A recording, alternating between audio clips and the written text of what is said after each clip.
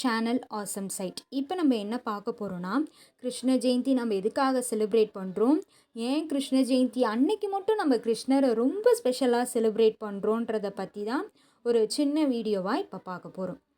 Krishna Jayanthi India முழுவதிலும் ஒவ்வொரு ஆண்டும் ஆவணி மாதம் அஷ்டமி திதி ரோஹிணி நட்சத்திரத்தன்று கிருஷ்ண ஜெயந்தி பண்டிகை கோலாகலமாக கொண்டாடப்பட்டு வருகிறது. கிருஷ்ணரோட அவதார வரலாறு பார்க்கலாமா? மதுரா நகரில் தேவகி வாசுதேவருக்கு 8வது மகனாக கிருஷ்ண பகவான் அவதாரம் எடுத்தார். கிருஷ்ணர் பிறந்தது சிறைசாலையில். சிறைசாலையில் பிறந்த கிருஷ்ணர் கோகுலத்தில் வளர்ப்பு தாய் யசோதையால் வளர்க்கப்பட்டான். தனது தாய் மாமன் கம்சனை கொன்று அரசாட்சி செய்தார். பாரத போரில் பாண்டவர்களுக்கு உறுதுணையாக இருந்து போர்க்களத்தில் அர்ஜுனனுக்கு தேரோட்டியாக வந்தவரும் கண்ணன்தான். தேரோட்டியாக வந்த கண்ணன் தான் பார்த்தசாரதி என்று அழைக்கப்படுகிறார்.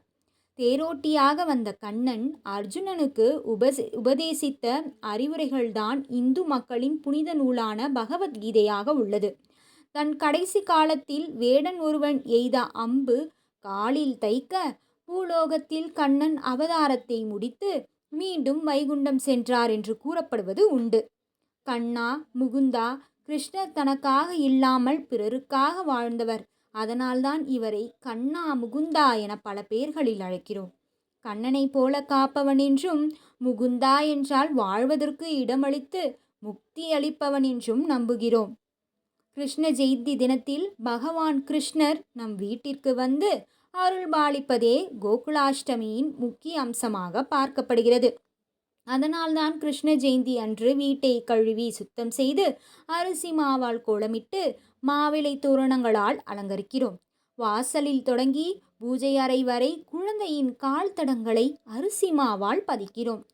ஆளிலை கிருஷ்ணன் தனது பிஞ்சு பாதங்களை அடிமேல் அடி வைத்து வீட்டுக்குள் தத்தி தத்தி நடந்து வருவதாக ஐதீகம். பிருந்தாவனத்தில் ஒவ்வொரு வீட்டிலும் கிருஷ்ணர் ஆடி பாடினார். இந்த காட்சியையே சிவபெருமானே தரிசித்ததாக புராணங்கள் கூறுகின்றன. வீட்டின் நுழைவாயிலில் குழந்தை நடந்து வந்தது போன்ற பாத சுவட்டினை மாவால் பதிய செய்ய வேண்டும். கிருஷ்ணர் சிலைக்கு பூக்களால் அலங்காரம் செய்ய வேண்டும். அதில் துளசி இருந்தால் இன்னும் சிறப்பு. பிறகு கிருஷ்ணருக்கு பிடித்த தயிர், வெண்ணெய், அவல் கண்டிப்பாக வைக்க வேண்டும். சீடை, முறுக்கு, லட்டு போன்ற இனிப்பு உணவுகளை வைக்க வேண்டும். முடிந்த அளவிற்கு பூஜையை மாலை 6 மணி முதல் 7 மணிக்குள் செய்தால் சிறப்பு. நீ எனக்கு ஒரு இலையை கொடு, அல்லது பூவை கொடு, இல்லை ஒரு பழத்தை கொடு, அதுவும் இல்லை என்றால் கொஞ்சம் தண்ணீர் கொடு. எதை கொடுத்தாலும் பக்தியோடு கொடு. சுத்தமான மனம் உள்ளவன் பக்தியோடு கொடுப்பதை நான் சாப்பிடுவேன் என்கிறார் கீதையில் கண்ணன்.